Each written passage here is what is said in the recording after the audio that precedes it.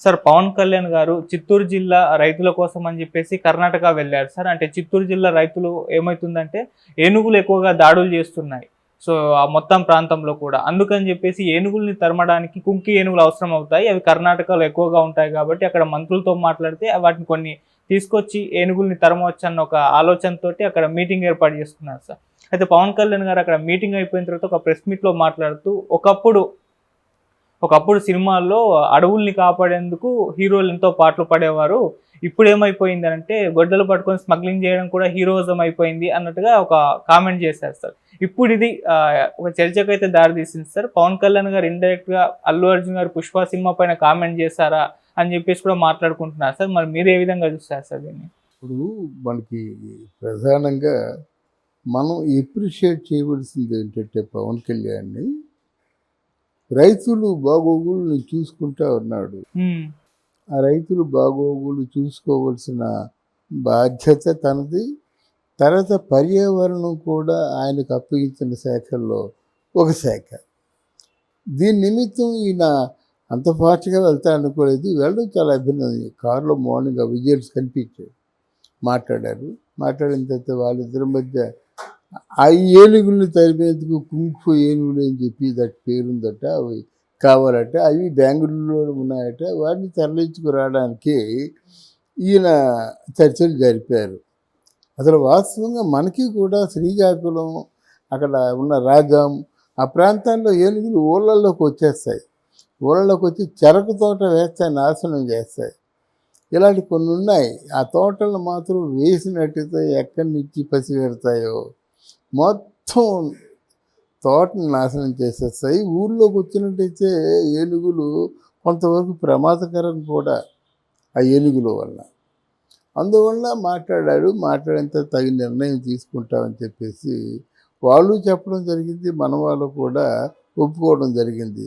ఇక్కడ మనం ఎవరేమనుకున్నప్పుడు కూడా చంద్రబాబు నాయుడిని మెచ్చుకోవాలి. ఇటువంటి ప్రధానమైన చర్చలకి పవన్ కళ్యాణ్ని అలౌ చేయడం మాత్రం ఆయన పెద్ద మనసును చాటుతుంది. ఎందుకంటే ఒక రాష్ట్రంతో డీలింగ్ కదా అది. అంత తొందరగా ఎవరు అప్పగించరు. కానీ నాకు బదులుగా నువ్వు వెళ్ళావంటే ఆయనకి ఎంత గౌరవం ఉందో ఈయనకి అంతే గౌరవం ఇవ్వాలని అక్కడ చెప్పుకుంటాడు. తర్వాత ఏంటంటే సంబంధిత శాఖ గనక ఆ పర్యావరణంలో మొట్టమొదటి చేపట్టినటువంటి కార్యక్రమంగా మనం తీసుకోవచ్చు. తగిన జాగ్రత్తలు కూడా ఆంధ్రదేశంలో తీసుకొస్తారు. అక్కడి నుంచి కుంగ్‌ఫు ఏనుగులు ఉన్నట్టు రప్పిస్తారు. భద్రతగా ఉంటారు. ఇక్కడ నాయకులు ఆలోచించవలసింది ఏంటంటే మనం మనం మనం మనం కొనుక్కున్న స్థలాల్లోనూ మనం ఉంటున్నాం. వాళ్ళు ఉన్న స్థలాన్ని మనమే కొనుక్కుంటున్నాం. అసలు వాడి స్థలం లేకుండా అయిపోయింది. వాళ్ళు ఎందుకు ప్రజల్లోకి వచ్చేస్తున్నారన్నమాట. వాళ్ళు మన స్థలాన్ని ఆక్రమించలేదు. బాగా ఆలోచించండి. ఆ ఏనుగులు మన స్థలాన్ని ఆక్రమించలేదు. వాళ్ళ స్థలంలోకి మనం వెళ్ళిపోతున్నాం.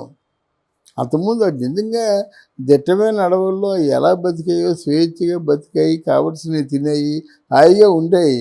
మనుషులు కనిపిస్తున్నారంటే వణికిపోతున్నాయన్నమాట. అది తొండంతో బుద్ధి చెప్తుంది. మనం రైఫిల్తో బుద్ధి చెప్తున్నాం. 4 రౌండ్లు కాల్ చేసరికి అవుట్ ఏనుగు. మానవ మేధస్సు గొప్పది కదా. ఇప్పుడు ఒంటరిగా వచ్చినట్టయితే సింహాన్నైనా విసిరి కొట్టేస్తుంది. కానీ ఈ వెపన్స్ వాడడం వల్ల ఈ నిరాధారంగా చనిపోతున్నాయన్నమాట. ఆ బాధ కూడా పవన్ కళ్యాణ్ గారికి ఎక్కువగా ఉంది. ఈ సందర్భంగా ఆయన మాట్లాడుతూ ఏంటంటే కొన్ని విషయాలు బాగా చెప్పాడు. మనం కూడా చెప్పుకోవాలి.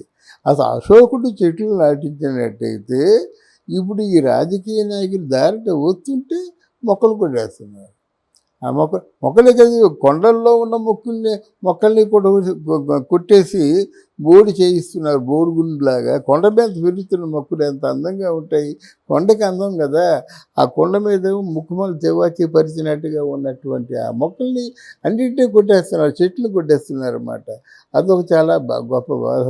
అందరిలో ఉంది, ఆయనలో కూడా ఉంది మాట. మామూలుగా ఆయన ఒక మాట ఆయన ఆవేశంతో మాట్లాడతారు కదా. మొక్కల్ని అంత పూర్వం ఉన్నటువంటి హీరోలు నాగేశ్వరరావు కూడా కొన్ని సినిమాల్లో చేశాడు. గొడ్డలతో వెళ్ళి చేయడం అంతా చేశాడు. సతీ సావిత్రి అదే కదా, గొడ్డలతో వెళ్ళి ఆ గొడ్డలతో కొట్టబోతుండగా ఆయన ప్రాణం పోతుంది. అలాగే ఎన్టీ రామారావు గారు ఎన్ని సినిమాల్లో చేశారో, అంటే అడవికి ఆయన రాజులాగా ఉండేవాడు అన్నమాట. అడవికి ఒక రాజులాగా సంరక్షించేవాడు ఎన్టీ రామారావు గారు.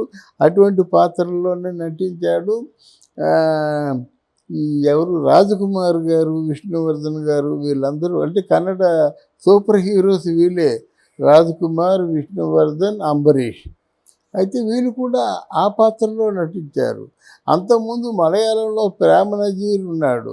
ఆ ప్రేమ నజీర్ తర్వాత ఏమో జై, మమ్ముట్టి, మోహన్ లాల్, వీళ్ళు కూడా ఇప్పుడు కూడా పర్యావరణంని ఏదైనా దాన్ని దెబ్బతీసే విధంగా షూటింగ్లో కూడా వాళ్ళు వాడుకోలేదు. ఆ మాట ఊటంకిస్తూ ఇటువంటిది ఈరోజు హీరోలు గొడ్డలు పట్టుకొని నిర్దాక్షిణ్యంగా, అంటే ఏమిటి, స్మగ్లర్స్ లాగా అడవులు నరికేస్తున్నారు, మరి ఇది ఎక్కడ న్యాయం అనే విధంగా బాధపడ్డాడన్నమాట. అంతే కదా, తిరుపతి అడవుల్లో ఎర్రచందనం ఎంత దోపిడీ అయిపోతుందండి. అది దేవుడి డబ్బండి అది. ఎందుకంటే ఎర్రచందనం దొరకదు, చాలా విలువైంది. ఈ ఎర్రచందనం అమెరికా కానీ ఫారిన్ కంట్రీస్ ఎక్స్పోర్ట్ చేస్తే కొన్ని వందల వేల కోట్ల రూపాయలు రాబడి వస్తుందన్నమాట.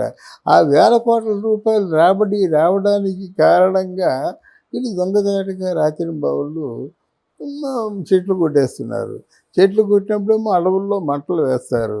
అప్పుడేమో చిన్న చితగా ఆ పుల్లులు ఎన్ని కూడా బయటికి పారిపోతాయి. అవి రోడ్డు మీదకి వస్తాయి. వచ్చేవాళ్ళు అమాంతంగా ఆకలితో ఉంటాయేమో అందుకుంటాయి. ఈ తిరుమల తిరుపతి దేవస్థానం వాళ్ళు ఈ మాత్రం కర్రిస్తారు రక్షించుకోమని.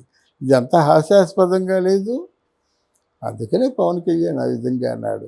అయితే ఇక్కడ ఈ మాట ఏమైపోయిందంటే, ఈ మరి గొడ్డలతో అడవులు నరికి స్మగ్లింగ్ చేసేవాడు ఎవరంటే మరి పుష్పలో అల్లు అర్జునే కదా.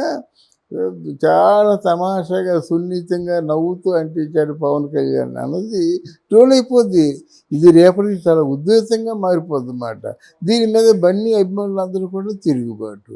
దానికి ఇంకా మళ్ళీ ఇంకొకటి ఏదో రిపోర్ట్ ఇవ్వడం, ఎవరు నాగబాబు లాంటి వాళ్ళు సపోర్ట్ ఇవ్వడం, కడుపు పంటి కొద్దిగా గట్టిగా మాట్లాడితే వాళ్ళు ఇంకా దీన్ని ఇష్యూ చేసేస్తారన్నమాట. ఇది బట్ ఏమన్నప్పుడు కూడా పవన్ కళ్యాణ్ మాటల్ని నేను సమర్థిస్తాను.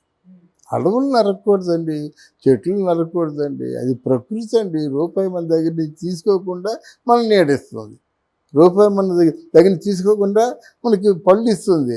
మీరు కోసుకున్నా ఊరుకుంటుంది, నేను కోసుకున్నా ఊరుకుంటుంది అన్నమాట. అడవులో నివసించేటువంటి ఆటవిక గ్రామాలకి సగం ఆహారం ప్రకృతే రూపాయి తీసుకోకుండా ఇస్తుంది కదా. వాటిని నరికేయడం ఏంటండి? జగదీష్ చంద్ర ప్రసాద్ అనే ఒక సైంటిస్ట్ ఉన్నాడు, జీవశాస్త్రవేత్త.